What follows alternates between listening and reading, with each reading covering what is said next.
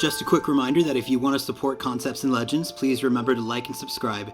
And you can also show your support by using our TCG affiliate link for any and all of your Magic needs by using the link you see here or below in the description.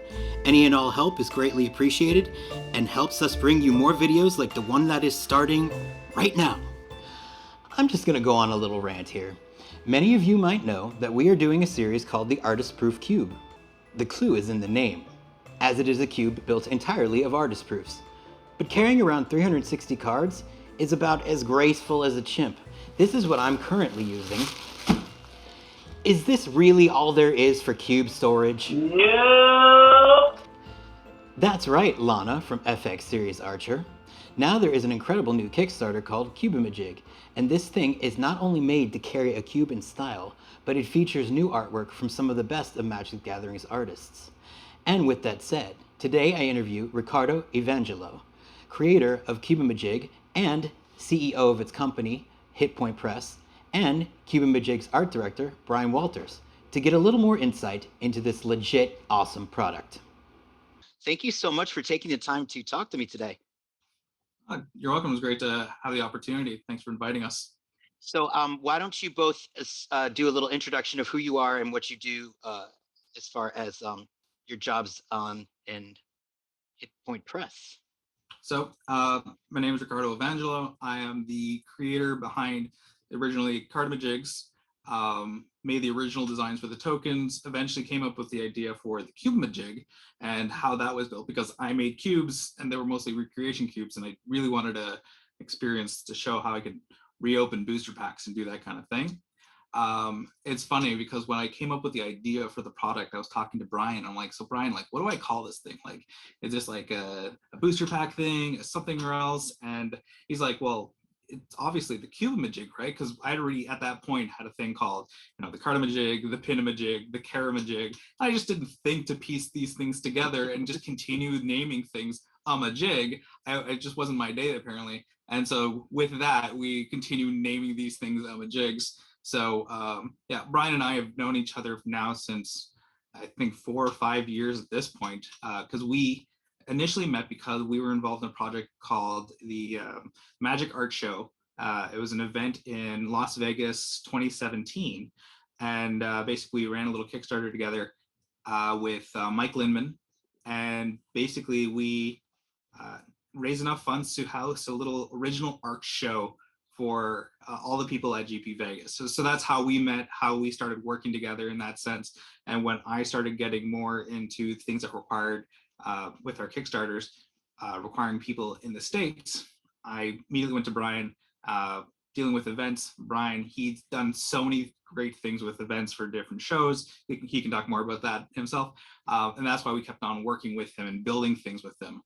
And it came down to this project, revisiting Cubeamajigs, that I wanted to actually commission a ton of art, but I just didn't have the time to really manage that this time around, knowing that Brian has a lot of experience in that space, a lot of experience with all these amazing artists, great rapport with them. It made a no-brainer to bring him on as the AD and have him help me like bring this project back to the fold.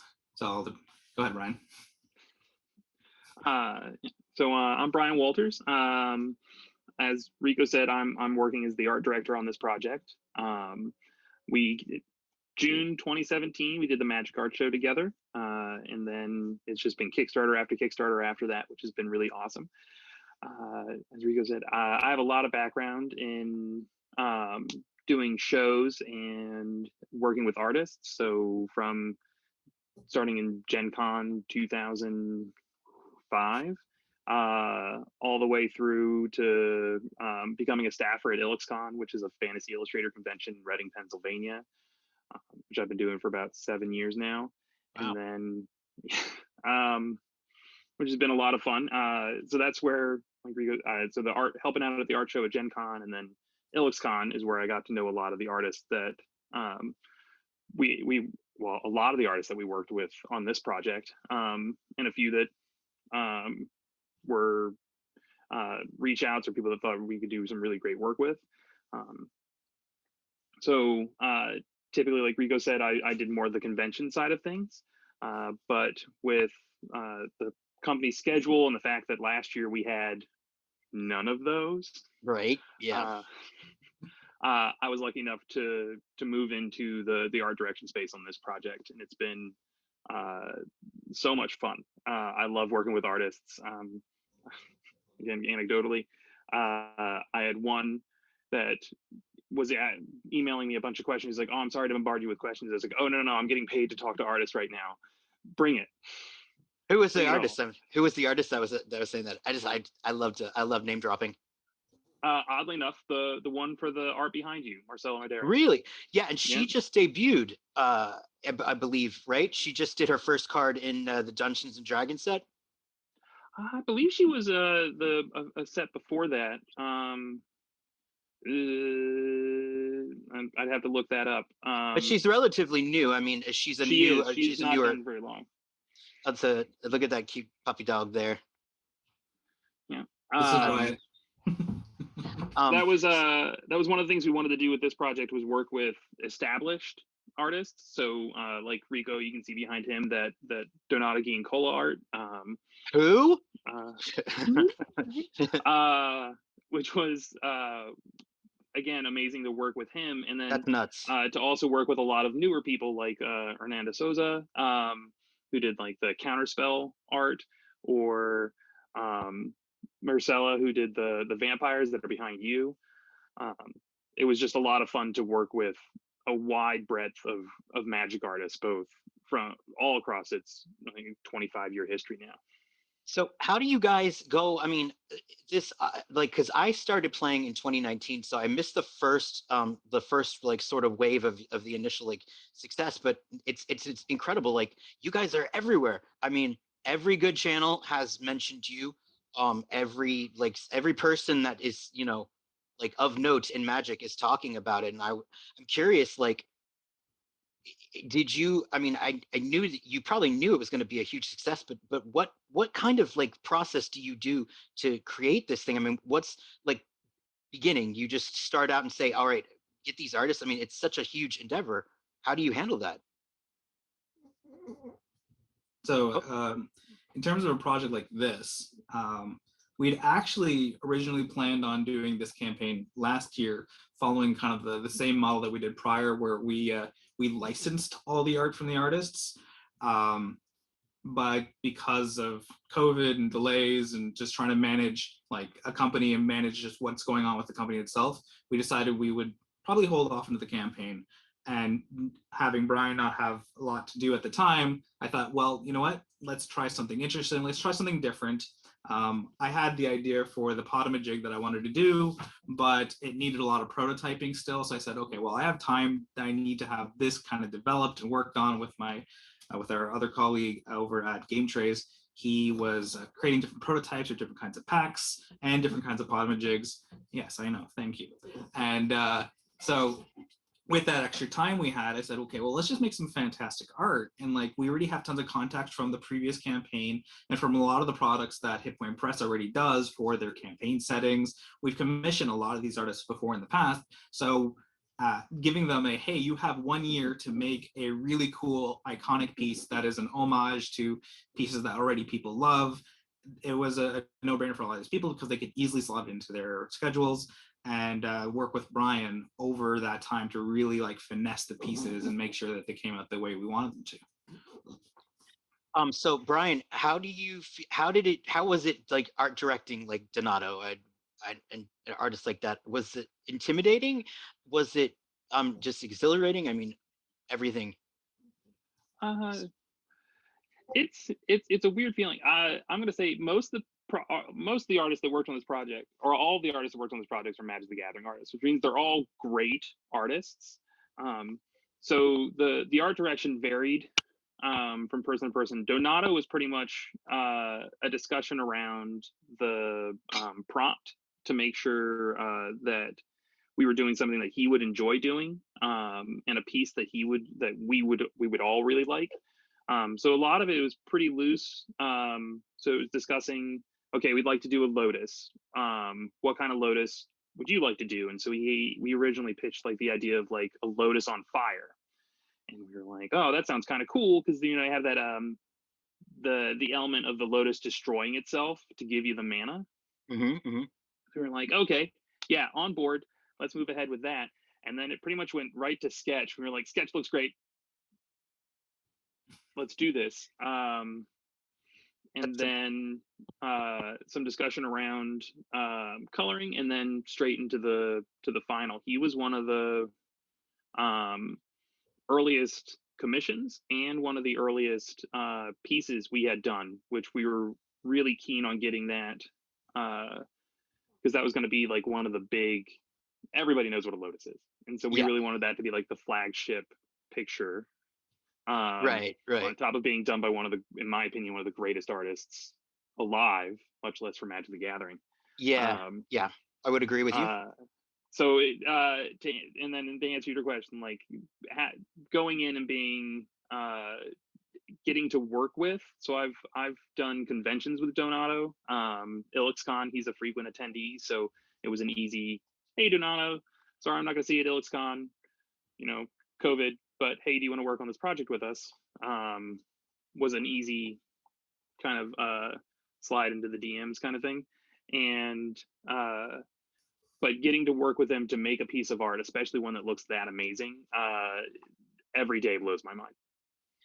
I mean, and how did you guys pick the subjects? I mean, is there like a voting process, or how do you measure like the popularity of, say, like of, you know, obviously the Lotus is hugely popular, but what makes you pick Chaos Orb over you know, a Gaia's Cradle type thing? How do you determine those choices? So that process was mostly Brian and I just sitting down and saying, okay, well, what pieces are iconic? What pieces would people want to put in their house and framed just on their wall and like really just have it there to adore? We really considered a lot of those pieces, a lot of those like various elements that people would want to kind of interact with. So, you know, we have the darkened panorama that loops infinitely. We wanted to have like, because some people really liked what John Avon did with like various series of lands. They would frame all of his lands and put them up on their walls. Personally, I actually have his first the Unhinged set. I have them all, and so I know that like just a really nice setting piece allows for someone who doesn't want to go super nerdy into the art to have something nice that they can attribute and not have to worry too much about what people might say, what's on the content. So like something like this. You have John Avon's originals? Oh no, I don't have his originals. I have his like, prints. Okay, I was I like, would love to have a John Avon original. I was like, damn, just. I'm sorry, No, I didn't mean to interrupt you. It's all good. I would love to have an original. Right now, like I have a couple pieces, but they're all like green cards and stuff like that. But that's because, you know, green's my favorite color, and I love playing green. So Green is best.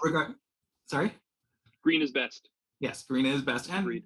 currently now the best color in EDH at least. Well, you guys, that's not very fair. I mean, it's all subjective. Besides, you know, I'm representing the Mardu over here, so you know.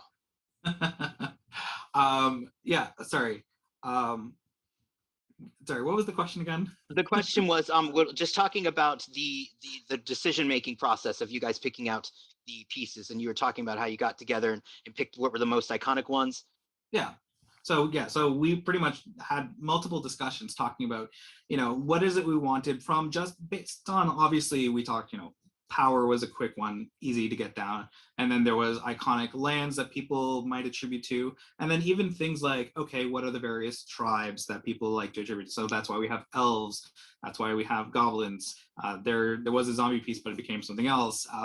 We have cats, and we have like, that's why we started piecing it out afterwards, from just iconic cards to things people will attribute really well to for their cubes or for their collections, because as well as the product that we had, the Cubeamajig is also great for holding EDH decks. So, you know, people put their goblin commanders, or, you know, you have merfolk and you can put your merfolk decks in there. We wanted to make sure that we hit a lot of high notes for people, so even if they didn't like this piece, there would be tons of other pieces to choose from that they could really attribute to. When compared to our first campaign, with everything being just licensed work, there was more of a whatever we could get, we really put onto a pack. This time it was a lot more cohesive thought went into what people would really enjoy.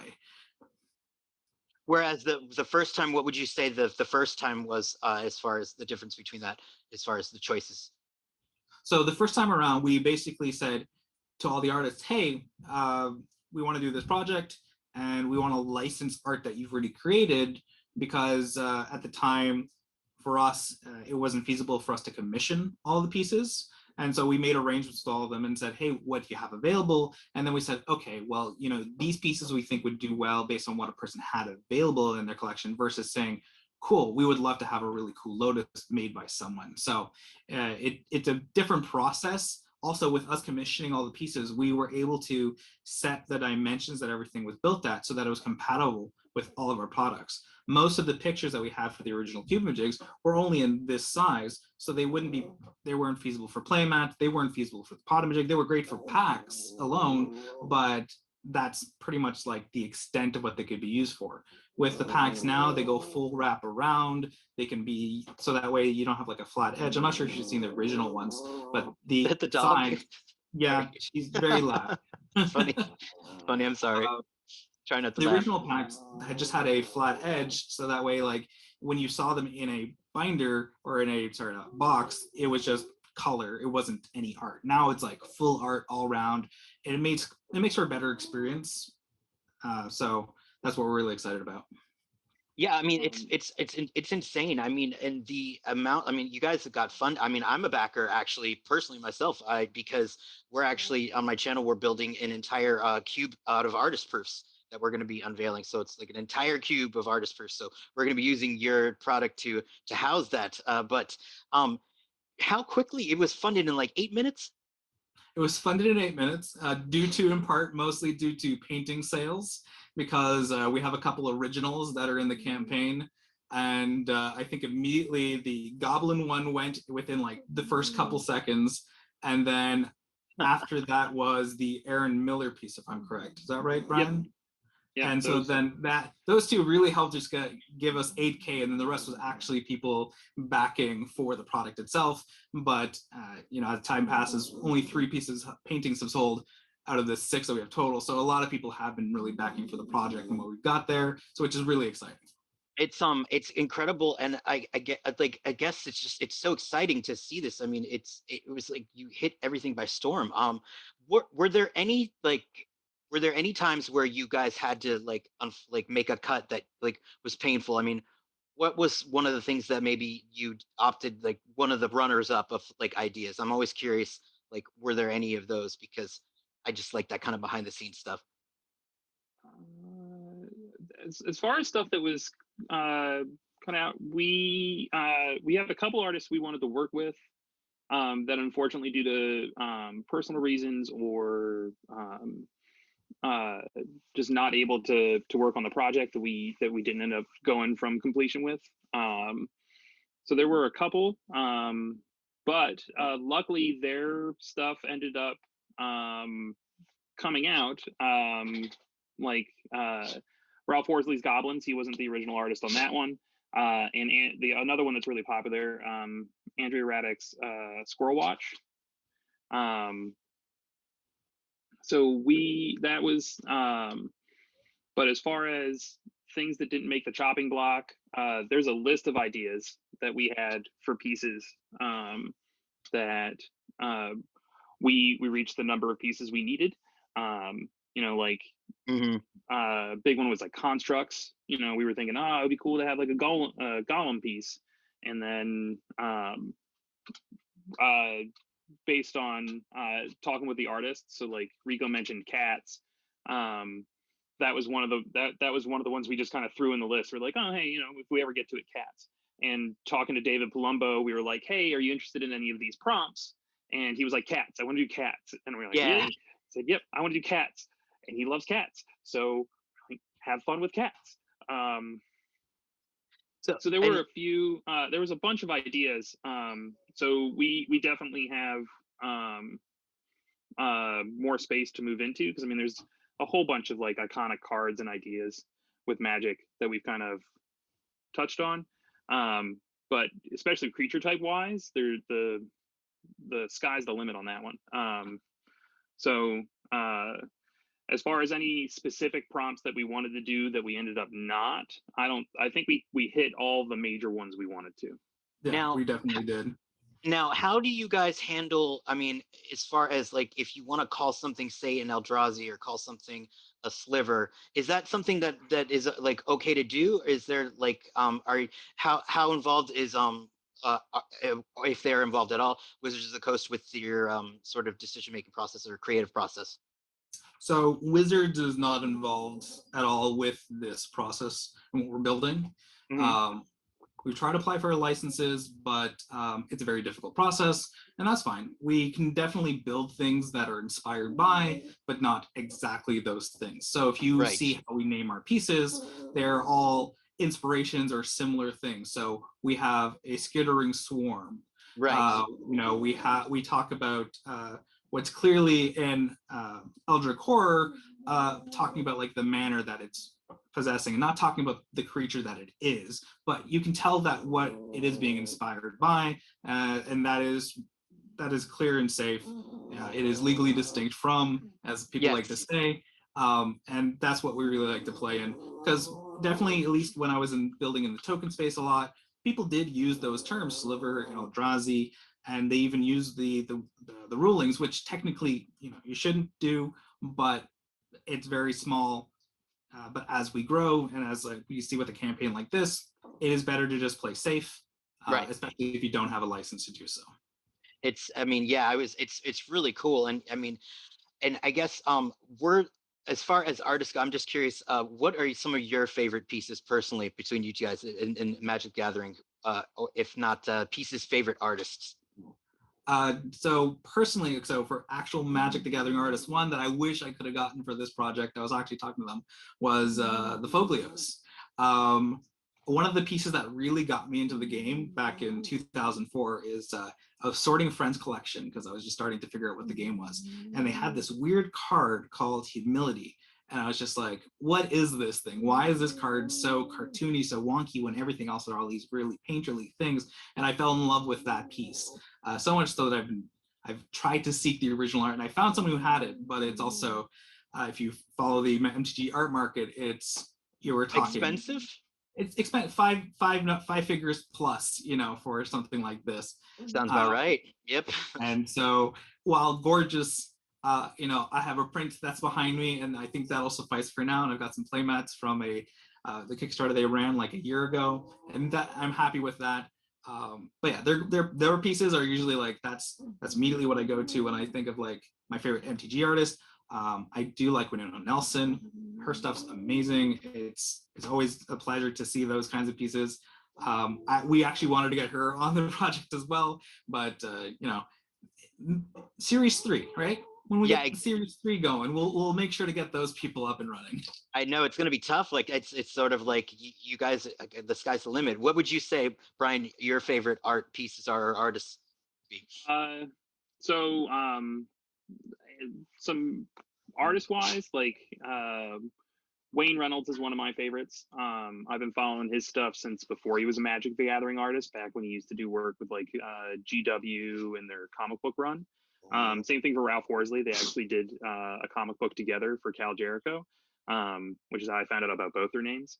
And Wayne was actually a piece by him was actually what made me start drawing my friends' D&D characters in campaigns, which is eventually what made me start taking more art classes, which is why I went to school for art. And voila, here we are. Wow. Yeah. So Wayne Reynolds is definitely up there. Rebecca Gay is another really huge artist that I'm a fan of. I met her in Gen Con in 2005. And I walked up to her and I was like, I have everything you've ever done. And she goes, that's a lot of stuff. And I said, yes, it is. Would you sign it all? Because it was my first big convention that wasn't like a comic book convention. And now I realize how nuts it is to walk up to someone and have over almost 200 things to sign.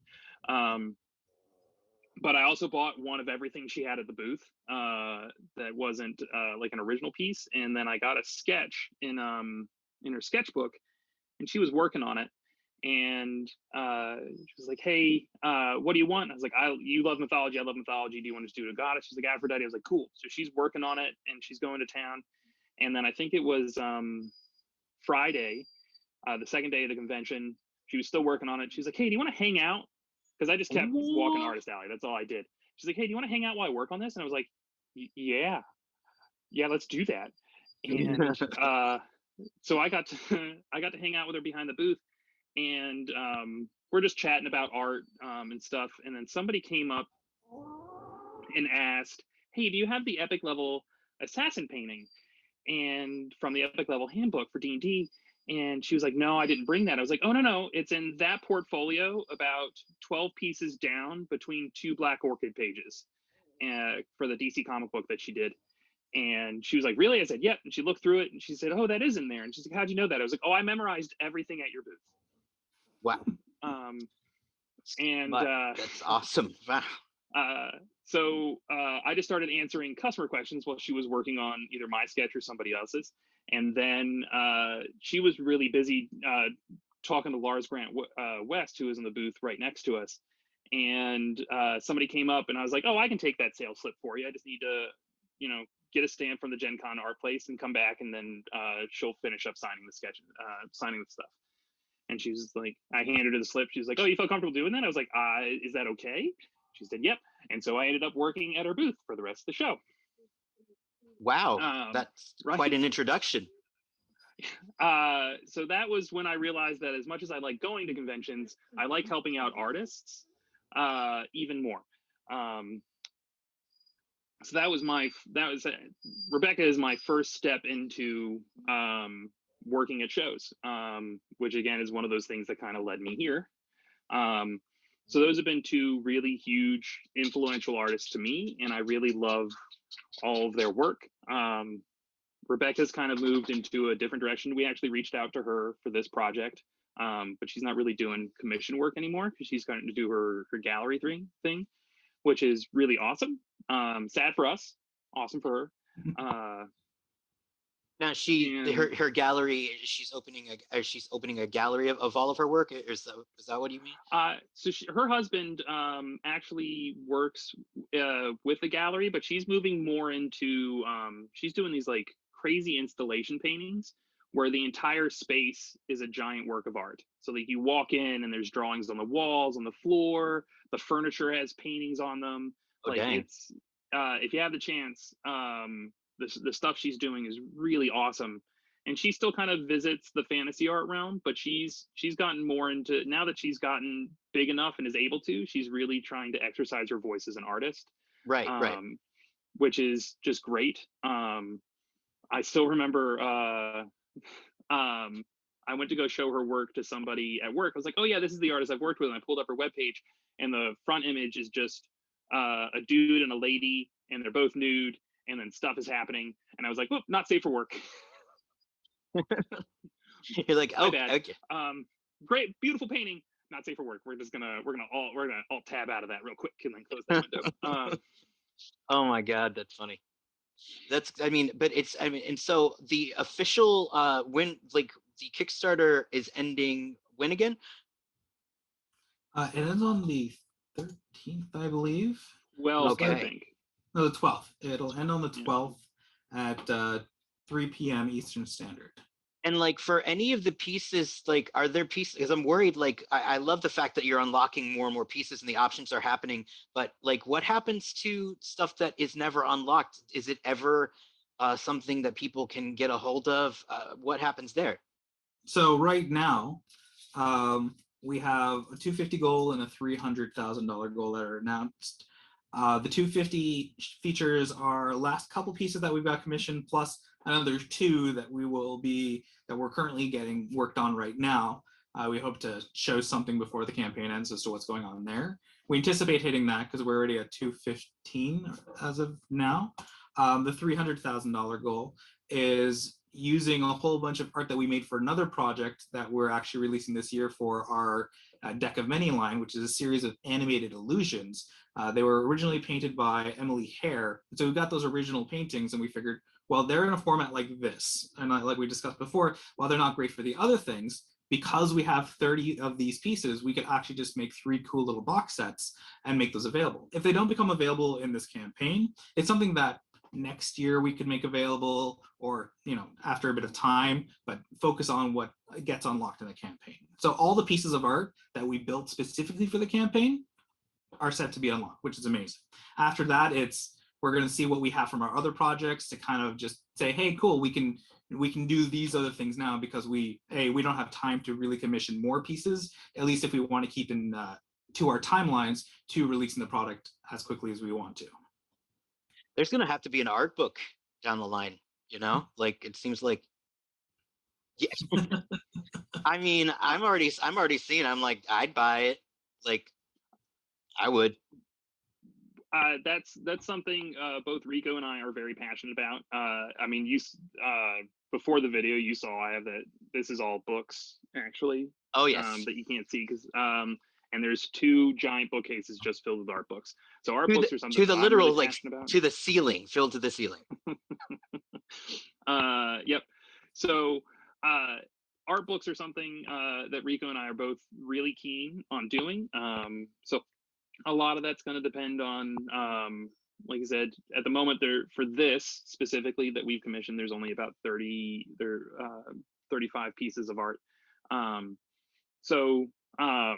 I mean, that a very large art book does not make. But there's areas of opportunity there, and so I really hope that's something that we're able to bring to people eventually. But the future is going to tell on that one.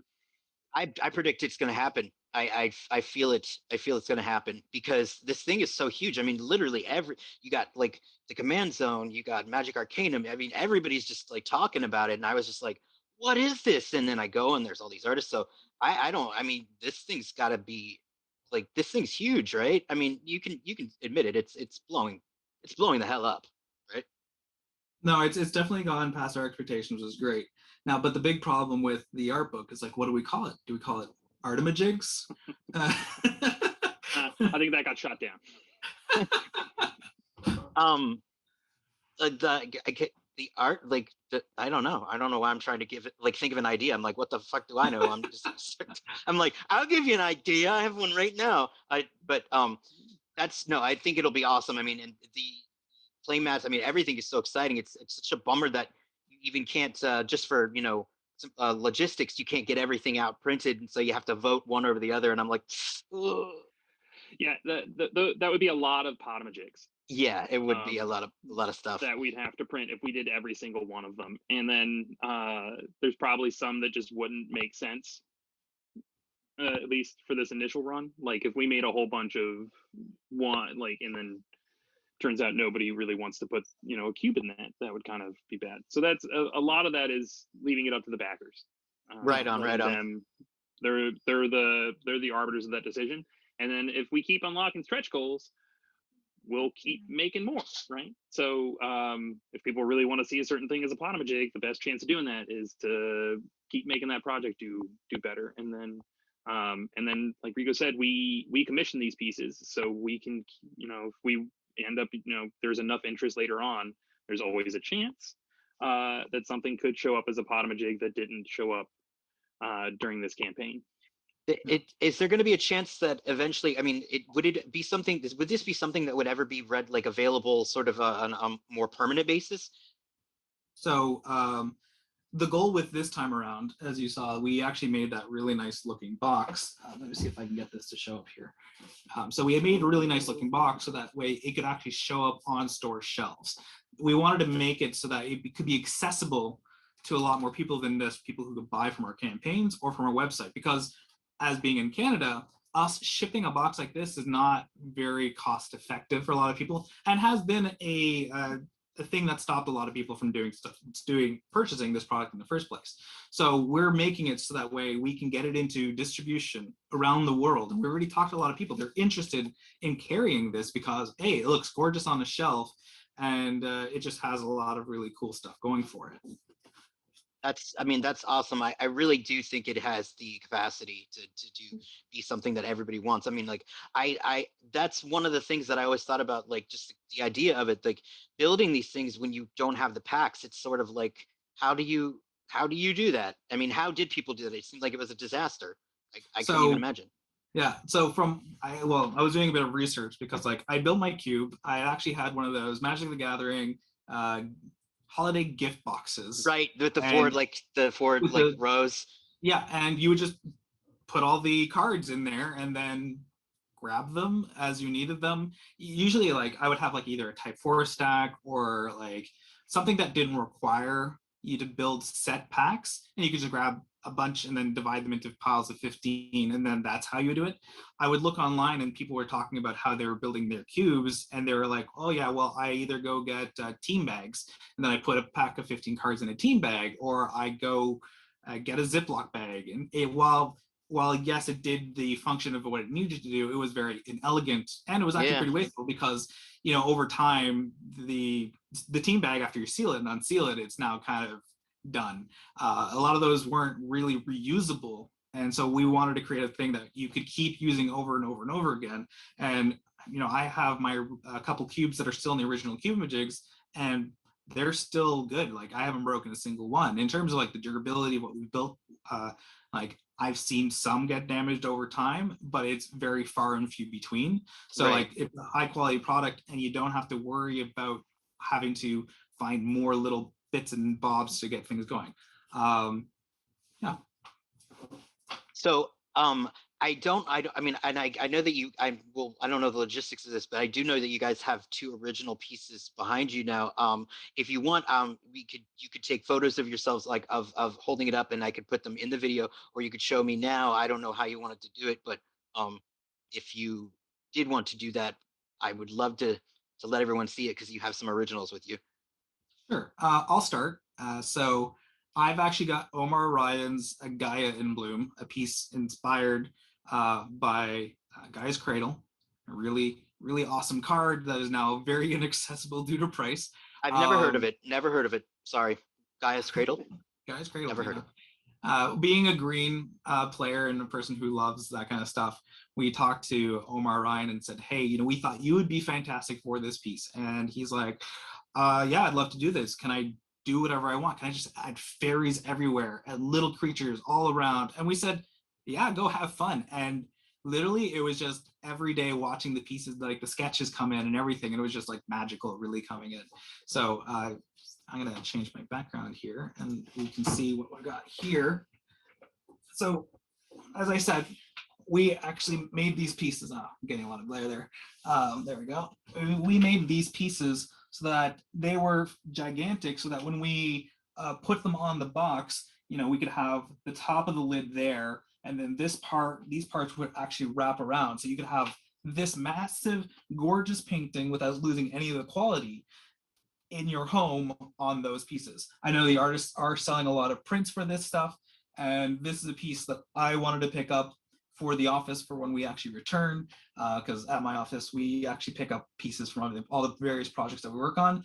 That way we have some connection to the releases that we make. And so I really attached to this piece being a green player, and I just thought it was gorgeous. It spoke to me.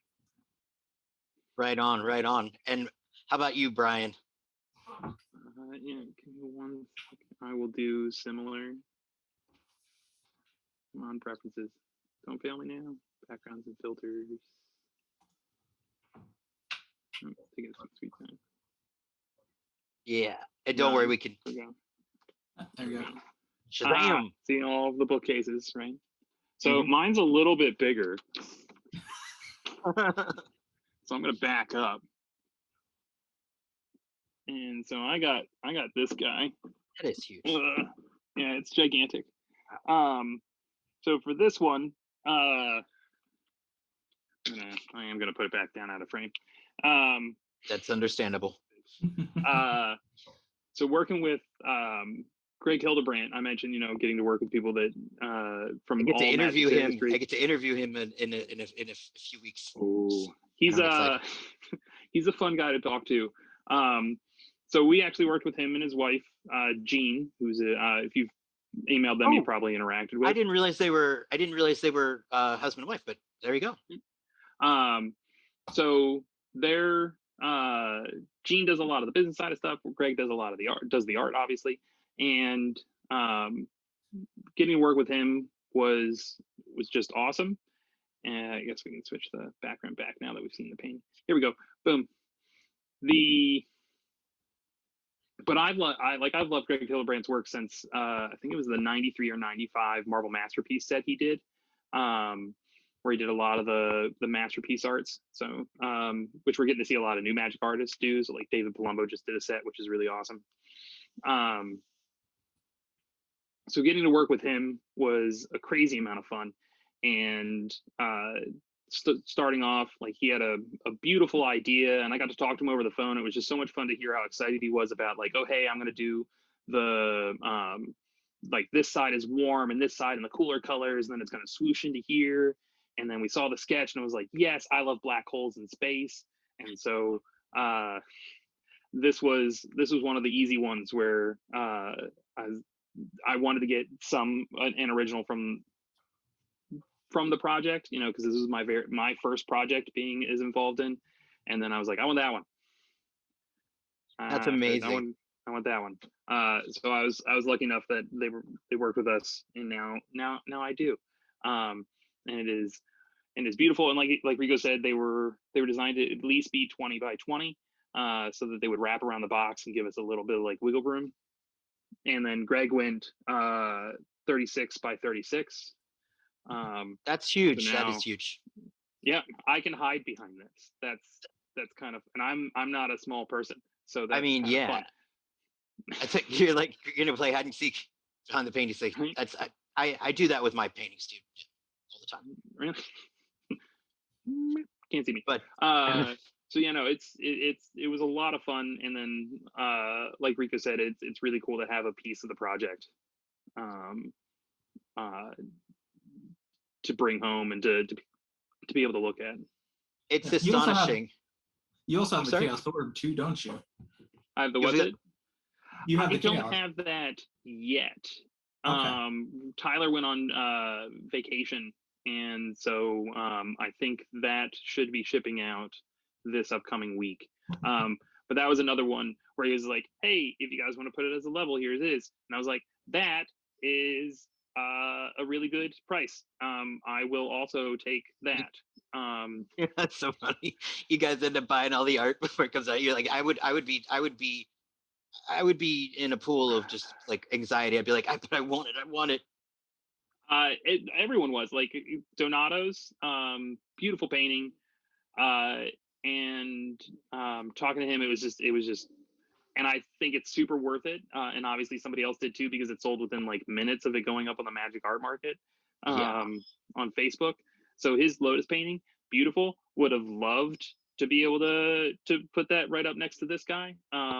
But I am not made of money, so I will let somebody else enjoy that one. Goblins also, like we said, sold really quickly, and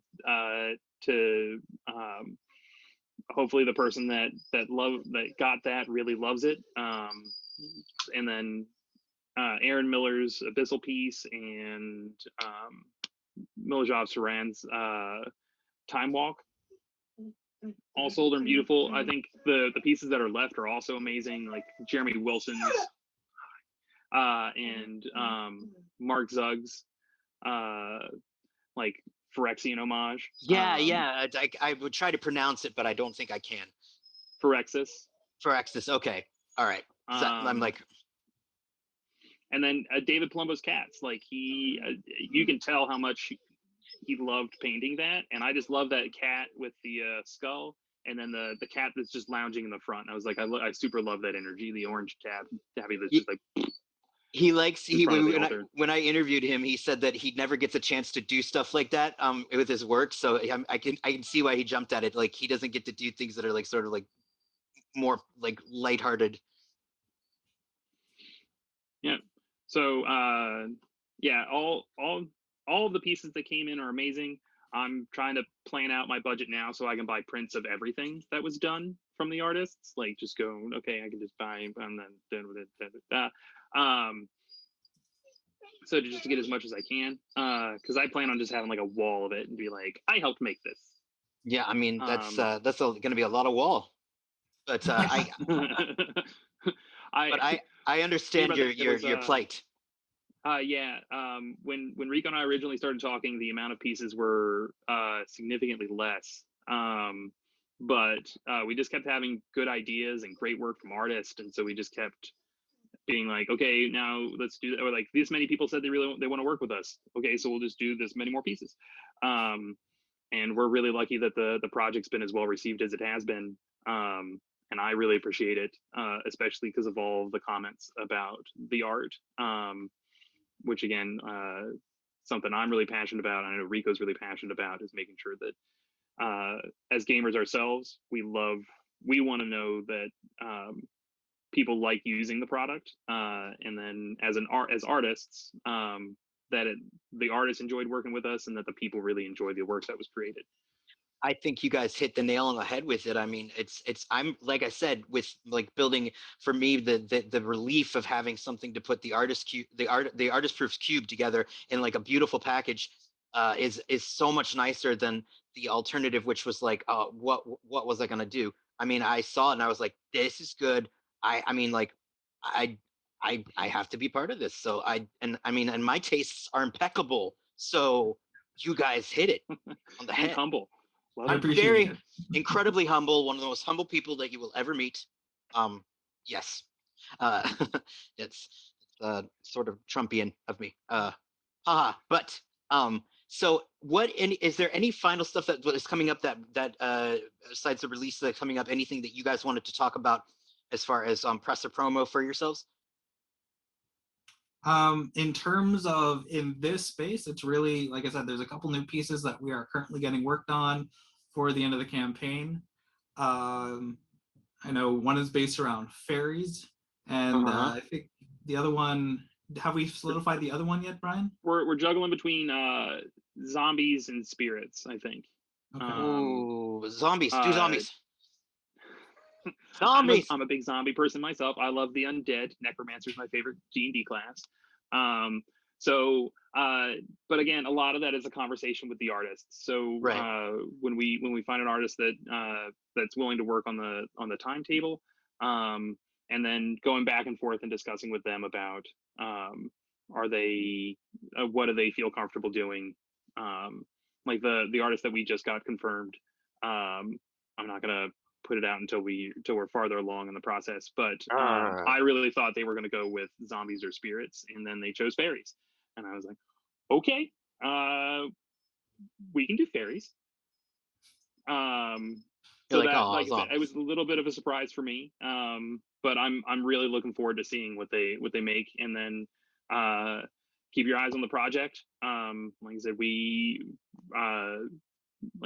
have other properties that we've commissioned artwork for. So like the Emily Hare stuff, there's potential for maybe some more stuff.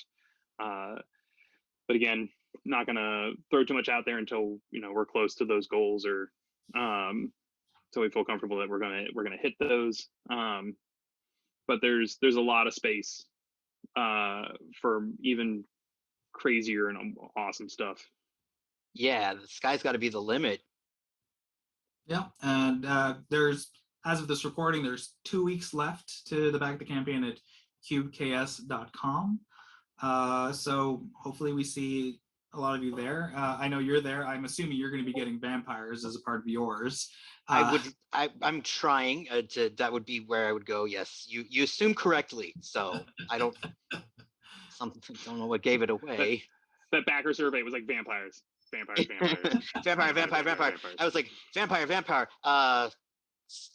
Not sliver. Skittering swarm.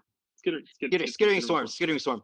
And it's like, so that's fantastic. I thank you so much for taking the time to talk to me today. Is there anything that you would like to say before signing off? Any final words of wisdom, or maybe your favorite commander that you play with? So my favorite commander is Azusa. I've Great. built her for like many years. I think back in 2008 is when I initially started building that deck. Actually, first it was a Rofellos deck, but Rofellos got shortly banned after as a commander. So I said, okay, what's the next best green commander? And it's the one that lets you play all the lands.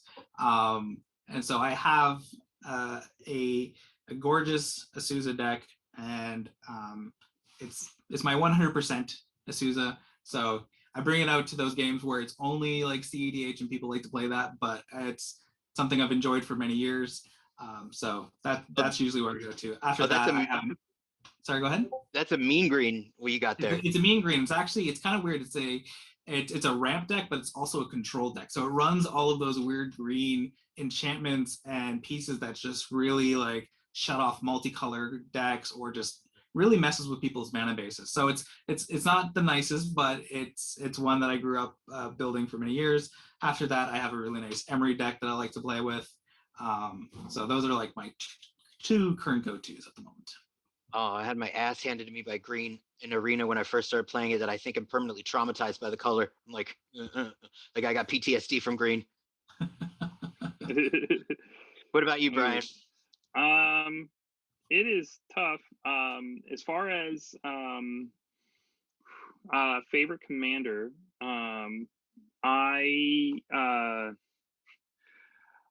what was it? My first one was Gave, back when that first commander printing, and I've kept him together since then. I just keep adding more cards in, but it's not a very nice deck because it's one of those like I lose stuff, everybody loses stuff, but I have more stuff than everybody, hopefully. So I have stuff and then nobody has stuff, which isn't the nicest of games, but it's one of the fun ones. Let's see. I'm a big fan of Enchantress. So I have a Rafik Voltron deck, which is also not the nicest. You guys are like, we have just a bunch of mean decks. But the Rafik one I like because my commander gets to be a Wayne Reynolds because he did the From the Vault art printing of that, and then I get to play a lot of Rebecca Gay cards in that one because she did a lot of she did Enchantress's Presence and a few of the really heavy enchantment cards. And I was trying to find the name of the new Enchantress that was done in Modern Horizons 2. Sithis. Titania? Oh, Sith. Okay. Yeah, Sithis Harvest Hand. I'm really looking forward to building something around her because it's like one of the true Enchantress legends. But and then there's like all really cool cards that came out from Modern Horizons 2, like that's the Sarah Sanctum on a stick, that's Sanctum Weaver. That's yeah, definitely. So there's a lot. There's some cool space there, and then but yeah, Commander's is a really fun format, just because Rico has stuff. My collection was legendary cards, so I have pretty much every legendary card ever made in Magic's history. Really? That's available to get in a pack. It's about five binders worth, I think, right now, of cards. Of legendaries? Just legendaries. Of just legendaries. Yep. Jeez. Yeah, it's pretty nuts. My mom does sewing stuff, and she actually made me a bag to contain it. It's just that's a shout out to my mom. Hi, Mom. Aww. And but yeah, legendaries was kind of my thing. And then I still remember when my friend was like, "Hey, there's this new format. You remember EDH?" And I said, "Yeah, when you would play Nicopolis, and somebody else would play Victus Asmati, and then you would fight each other." And he's like, "Yeah, it's called Commander now, and a whole bunch of legends are worth a crap ton of money now." And I was like, "Really?" He goes, "Yeah, look it up." And add an Oakenshield and Rasputin Dreamweaver and all of these crazy legendary legends that you couldn't pay someone to take from you back in the day are now suddenly worth crazy money because they're on the reserve list, and now there's a thing called Commander. That's fortuitous. I didn't. My first deck was guess. It starts with Edgar. Right around the time when you said you started playing, that would make sense. Yep. Somebody was like, "You got to play Magic the Gathering," and I was like, "Are there vampires?" He said, "Yes." I said, "Which one's if there's a vampire deck?" He said, "Yes." I'm like, "I'm in." I went and I bought it, and I got it at the cheap price at around the time. It was 20. I think it was 2019 when I got it, and it was merely 200 then. It's now it's yeah. Yeah, I keep thinking about when I passed up a foils guy cradle. I was like, $40, Oh, too rich for why? my blood. Why'd you do that? And then yeah, and then I ended up getting it at poop. It was actually the first time I met Mike Linneman or Vorthos Mike at GPC TAC in 2016 for like $350. So I do have one. Okay. It just took a Well, little while. But again, I remember looking at it on eBay and being like, nah, $40, too rich for my blood. no, that hurts. That hurts. Right? Now You're what? like, you're $1,200 like, card.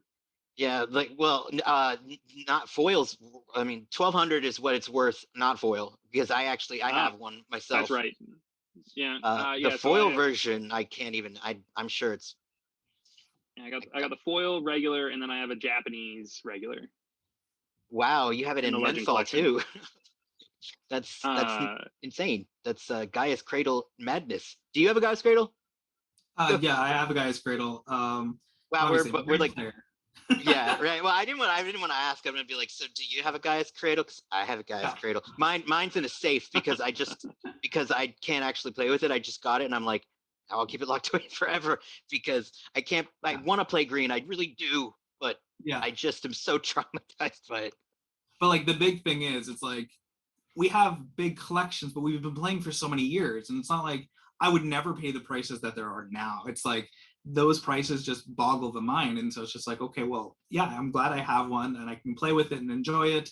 And I do play and enjoy mine with my Azusa deck, but it is kind of ridiculous where prices have gone with some of these cards. That I wish some of that stuff was a bit more accessible. Because yeah, when I got mine, it was around what Brian had there, but actually it was in Canadian, so it was around 300. And I traded a whole bunch of Ravnica duels and things like that at the point for it because I really wanted to get something really nice for my Sousa deck. But I could not imagine what like the market where it is now, like in terms of picking up cards for my collection. I mean, so there's not like a bomb that you would like totally splurge on now. I mean, is there any card that like, let's say hypothetically, if it came into your way, like would you get one? I mean, there wouldn't be one that you might just like go, all right, I'm got to do it. I got to take it for the team. I think last year, well, I did get a Tabernacle last year, which is pretty expensive, but I traded a whole bunch of limited run video games for it. So, you know, wow. It kind of balanced out there. But again, I would never pay. It just seems like a really insurmountable goal for a lot of people to try to really hit. And it's ridiculous, yeah. And it is ridiculous. But actually, like one of the big stories when I started Cubeamajigs was I actually sold like play sets of duels back in 2015 just to start the business and what it came up to. And just recently, I reacquired a lot of that stuff, but like just one of, so I could actually have those for the EDH deck. So that's nice. That's great. You know, like talk about investment that paid off. I mean, like who, you know, those dual lands that they kickstarted, no pun intended, but kickstarted a whole just like, I mean, now you're like part of the Magic story as far as I'm concerned. It's like working with these artists, doing this incredible project. I mean, what's some dual lands compared to that? Yeah, no, definitely. Well, we couldn't expect it back then, but No. you know, it was a worthwhile investment. Even still, with the price of what duels are now, it you know, it was good to invest in myself and try to build and create something like that. And be able to work with a lot of these artists and creators has been the highlight of my career.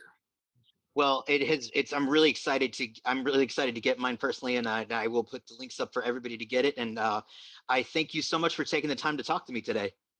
No problem. Well, thanks for reaching out, and we'll touch back. Maybe we can do another one of these after we release the product and see, and go from there. I would be happy to. This has been a lot of fun. Perfect. Yeah, Okay. it's been great. Thanks for having us. Thank you. First off, thank you to Ricardo and Brian, and a very special thank you to Lana for taking the time out of her busy spy schedule to do a cameo for us. Meanwhile, keep your eyes peeled for our artist-proof cube reveals, which will eventually be played in my very own Cubeamajig. That's all for now, and until next time, I got a scoop.